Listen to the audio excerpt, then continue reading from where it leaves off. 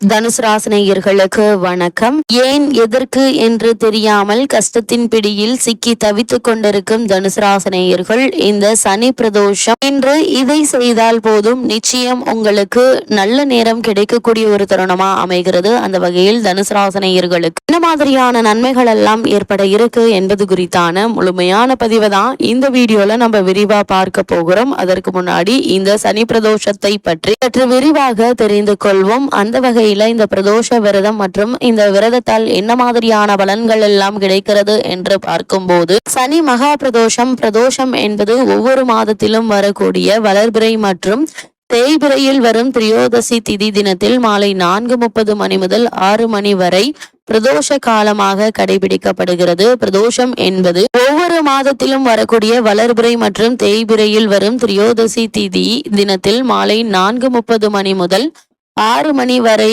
பிரதோஷ காலமாக கடைபிடிக்கப்படுகிறது. பிரதோஷ தினத்தில் தான் ஈசன் ஆழகால விஷத்தை உண்டு இந்த அகிலத்தை காத்ததாக புராணங்கள் கூறுகிறது. இதுவே திரியோதசி திதி சனிக்கிழமையில் வந்தால் அது சனி மகா பிரதோஷமாக மேலும் சிறப்படைகிறது. அது மட்டுமில்லாமல் பிரதோஷ காலமான மாலை 4:30 முதல் 6 மணி வரை சிவாலயத்தில் வலம் வந்து தரிசித்தால் பல்வேறு புண்ணியங்கள் செய்த பலன்கள் கிடைக்கும்.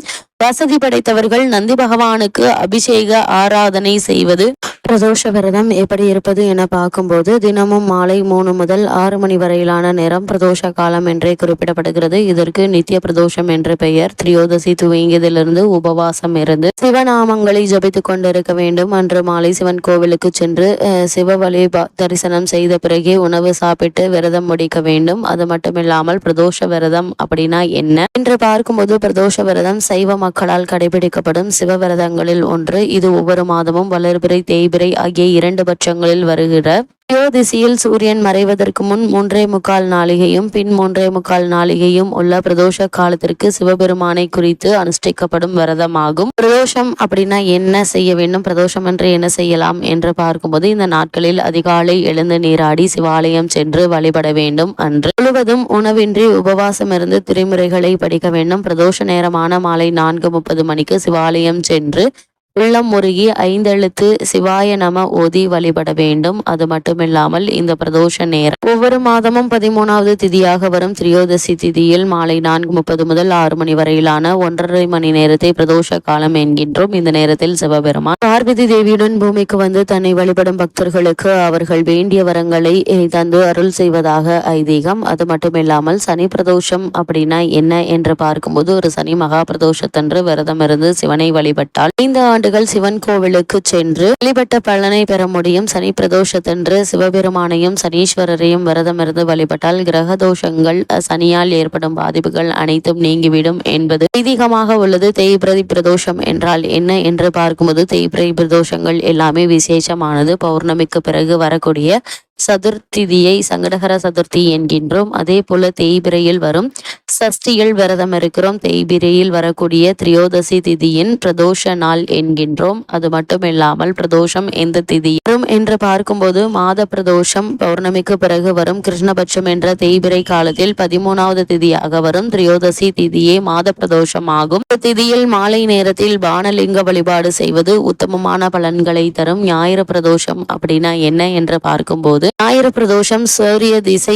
நடப்பவர்கள் கண்டிப்பாக ஞாயிறு என்று வரும் பிரதோஷத்திற்கு செல்ல வேண்டும். பலன் இதனால் சூரிய பகவான் அருள் நமக்கு கிடைக்கும். இந்த திசையினால் வரும் துன்பம் விலகும். பிரிந்த குடும்பம் ஒன்று சேரும். பிரதோஷ வழிபாடு அப்படின்னா என்ன என்று பார்க்கும்போது, சிவனுக்குரிய வழிபாட்டில் மகா சிவராத்திரிக்கு அடுத்தபடியாக முக்கிய இடம் பிடிப்பது பிரதோஷ வழிபாடு. ஒவ்வொரு மாதமும் வளர்பிறை மற்றும் தேய்பிறையில் வரும் திரியோதசி திதி அன்று மாலை 4:30 முதல் 6 மணி வரையிலான காலத்தை பிரதோஷ காலம் என்கின்றோம். இந்த காலகட்டங்கள்ல சாதாரண பிரதோஷ வேளைகளில் சிவாலயம் சென்று வழிபட்டால் 1 வருடம் ஆலயம் சென்று இறை வழிபாடு செய்த பலன்கள் கிடைக்கும். அதுவே சனிக்கிழமை வரும் மகா பிரதோஷத்தன்று இறைவனை வழிபட்டால் 5 வருடம் ஆலய வழிபாடு செய்த பலன்கள் கிடைக்கும் என நம்பப்படுகிறது. அது மட்டுமில்லாமல் சிவபெருமான் அபிஷேக பிரியர். அவருக்கு பிரதோஷத்தன்று கறந்த பசும்பால் கொண்டு அபிஷேகம் செய்து வழிபட்டால் சிறப்பான பலன்களை பெறலாம். இல்லை என்றால் இளநீர் அபிஷேகம் செய்வது நல்லது. இறைவன் இயற்கையை விரும்பக்கூடியவன். எனவே எனவே இயற்கையான வில்வ இலை அர்ச்சனையும் சிவபெருமானை மகிழ்ச்சிப்படுத்தும். இது தவிர தும்பப்பூ மாலை அணிவித்து பிரதோஷம் அன்று சிவனை வழிபட்டால் சகல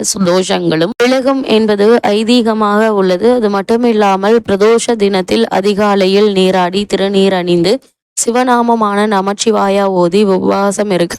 அன்று காலை முதல் பிரதோஷம் முடியும் வரை உணவை தவிர்த்து பிரதோஷ தரிசனம் முடித்து பிரசாதம் உண்டு விரதம் முடிக்க வேண்டும். அது மட்டுமில்லாமல் பின்னர் இரவு உணவு சாப்பிடலாம். இப்படி 11 பிரதோஷங்கள் விரதம் இருந்து சிவனை வழிபட்டால் சிவனருள் கிடைக்கும் என்பது ஐதீகமாக உள்ளது. அது மட்டுமில்லாமல் பிரதோஷ காலம் என்பது சூரியன் அஸ்தமனத்திற்கு முன் 3.25 நாளிகையும் சூரியன் அஸ்தமனத்திற்கு பின் 3.25 நாளிகையும் ஆகும். ஒரு நாளிகை என்பது 24 நிமிடங்கள். ஒரு மணிக்கு 2.5 நாளிகள் ஆக சராசரியாக மாலை 4 மணியிலிருந்து இரவு 7:30 வரை பிரதோஷ காலம் உண்டு. சௌகரியத்திற்காக மாலை 4:30 முதல் 6 மணி வரை என சொல்லப்படுகிறது. பிரதோஷ விரதம் மேற்கொண்டால் திருமணம் கைகூடும், பிள்ளை பாக்கியம் கிடைக்கும், வறுமை விலகும், நோய்கள் நீங்கும், சகல காரியங்களில் வெற்றி கிடைக்கும், சகல சௌபாக்கியங்களையும் தரக்கூடியது இந்த பிரதோஷ விரதமாகும். அது மட்டுமில்லாமல் இந்த பிரதோஷ வழிபாடு செல்வத்தை ஈர்க்கும் வழிபாடாகவும் அமைகிறது. எல்லா தோஷங்களையும் போக்கக்கூடிய பிரதோஷ தினத்தில் விரதம் இருந்து சிவபெருமானை வழிபட்டு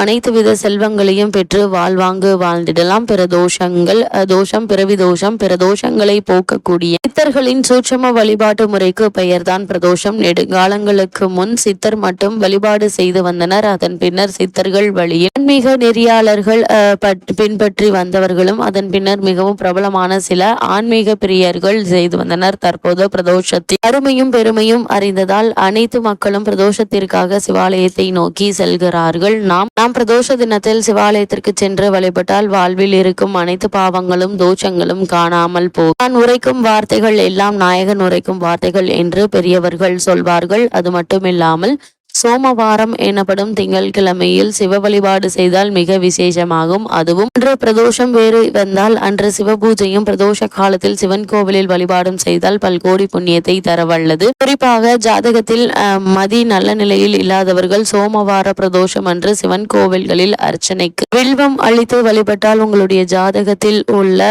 மதி மட்டுமல்ல உங்கள் மதியும் புத்தியும் நன்றாக இருக்கும் என்பது ஐதீகமாக உள்ளது. மொத்தம் 20 வகை பிரதோஷங்கள் ஒன்று தினசரி பிரதோஷம், பட்ச பிரதோஷம், மாச பிரதோஷம், நட்சத்திர பிரதோஷம், அது மட்டுமில்லாமல் பூரண பிரதோஷம், திவ்ய பிரதோஷம், தீப பிரதோஷம், அபய பிரதோஷம், அது மட்டுமில்லாமல் மகா பிரதோஷம், உத்தம மகா பிரதோஷம், ஏகாட்சர பிரதோஷம், அர்த்தநாரி பிரதோஷம், திரிகோண பிரதோஷம், பிரம்ம பிரதோஷம், அட்சர பிரதோஷம், கந்த பிரதோஷம், சஞ்ச பிரபா பிரதோஷம், அஸ்தத்தி பிரதோஷம், நவகிரக பிரதோஷம், புத்த பிரதோஷம் என 20 வகையான பிரதோஷங்கள் உண்டு. இந்த பிரதோஷங்களில் நீங்கள் சிவபெருமானை வழிபடுவதன் மூலமாக எண்ணற்ற நன்மைகள் உங்களுடைய வாழ்வில் ஏற்படும் என்பது ஐதீகமாக உள்ளது.